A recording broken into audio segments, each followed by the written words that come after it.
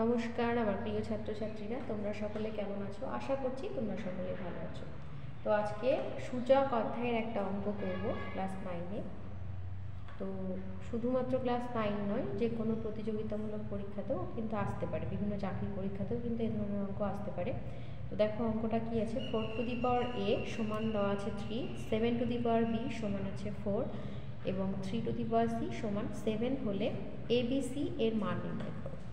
দেখো এখানে 4 to the power a আছে আর এখানে আছে শুধুমাত্র 4, তারপরে এখানে 7 আছে, এখানে 7 টু দি পাওয়ার b আছে, এখানে শুধু 3 আছে, এখানে 3 টু দি পাওয়ার c আছে। তো আমি প্রথম কাজ কি করব, আমি এই যে তিনটা শর্ত দেওয়া আছে যে কোনো একটা শর্ত থেকে শুরু করতে পারি, প্রথমটা থেকেও শুরু করতে পারি বা দ্বিতীয়টা থেকেও শুরু করতে পারি বা তৃতীয়টা থেকেও শুরু করতে পারি। তো আমি প্রথমটা থেকেই শুরু করছি। দেখো 4 টু দি পাওয়ার a সমান কত দেওয়া আছে 3। এবার দেখো আমার এখানে কিন্তু 3 এর মান দেওয়া নেই, কত আছে 3 টু দি পাওয়ার c। তাহলে আমি কি করব, দুই দিকে পাওয়ারটা c করব, অর্থাৎ 4 to the power a whole to the power c হবে সমান 3 টু দি পাওয়ার c হবে। খুব ছোট্ট কিন্তু অঙ্কটা।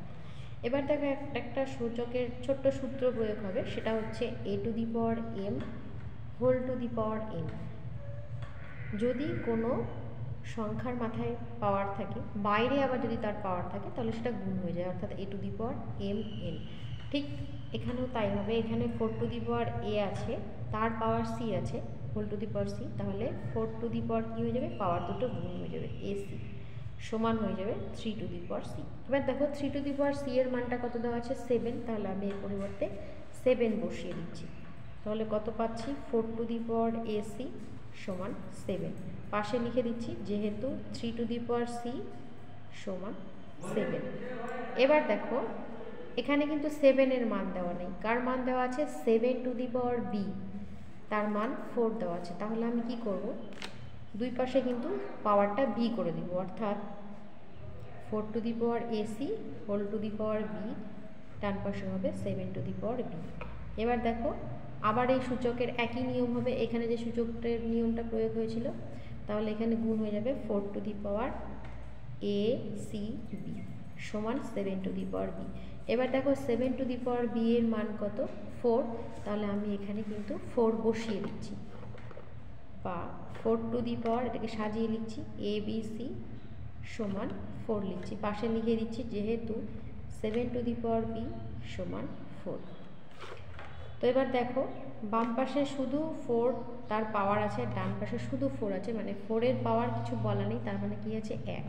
এবার দেখো দুপাশেই কিন্তু বেস একই আছে বা নিধান একই আছে, কিন্তু সূচকগুলো কি করতে হবে, তাহলে সূচকগুলো সমান হবে। তাহলে আমরা লিখে দিচ্ছি abc সমান 1। দেখো খুব সহজে কিন্তু আমরা abc এর মানটা বের করলাম।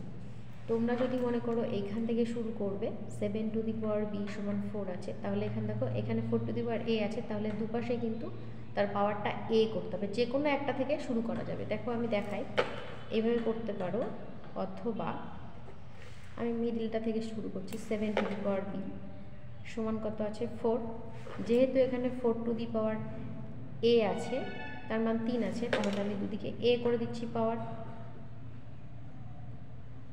সূচকের নিয়ম অনুযায়ী 7 টু দি পাওয়ার কী হবে ba বা ab সমান 4 টু দি পাওয়ার a মানে কত 3, এই যে দেওয়া আছে 3। এবার দেখো 3 এর মান নেই, 3 টু দি পাওয়ার c আছে, তাহলে কি করব, এখানে পাশে লিখে দিচ্ছি 4 টু দি পাওয়ার a সমান 3।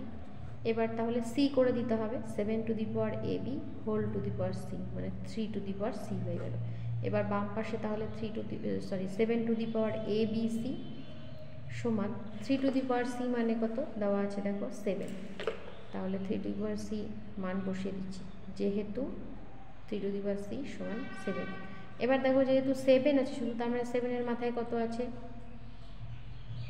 7 এর মাথায় 1 আছে, তার মানে আমরা এখান থেকে পেয়ে গেলাম abc সমান 1। এইভাবেও করা যায়, অথবা এটা দিয়ে শুরু করি। দেখো 3 টু দি পাওয়ার c সমান 7, 3 টু দি পাওয়ার c সমান 7, আমার 7 টু দি পাওয়ার b এর মান দেওয়া ছিল, তাহলে দুদিকে আমি b করে দিচ্ছি পাওয়ার।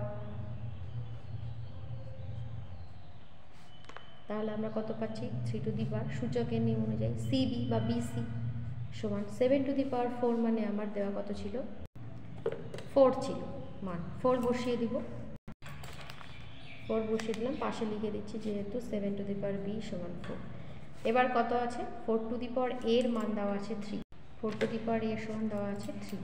তাহলে দুই পাশে পাওয়ার a করব, 3 টু দি পাওয়ার bc তার পাওয়ার a সমান হবে 4 টু দি পাওয়ার a, বা 3 টু দি পাওয়ার, এবার গুণ হয়ে যাবে, আমি সাজিয়ে লিখছি a bc সমান 4 টু দি পাওয়ার a মানে 3, পাশে লিখে দিচ্ছি যেহেতু 4 টু দি পাওয়ার a সমান 3, বা 3 two the power a bc, এবার শুধু 3 এর পরিবর্তে 3 টু দি পাওয়ার 1 লিখছি, তাহলে আমরা বেসটাকে বাদ দিচ্ছি, পাওয়ারগুলো সমান করছি, যেহেতু বেস একই abc সমান 1। তাহলে বুঝতেই পারছো, তো তিনটা শর্ত দেওয়া আছে, তিনটার মধ্যে যে কোনো একটা দিয়ে শুরু করা যেতে পারে। ভীষণই সহজ, কয়েক সেকেন্ডেই কিন্তু অঙ্কটা হয়ে যাবে, কিচ্ছু কঠিন না। তো কেমন লাগবে ক্লাসটি অবশ্যই কিন্তু কমেন্ট করে জানিও, যদি ভালো লেগে থাকে অবশ্যই লাইক শেয়ার করতে ভুলো না। খুব ভালো থেকো, সুস্থ থেকো, নেক্সট ক্লাসে নতুন কোনো অঙ্ক নিয়ে হাজির হব। ধন্যবাদ।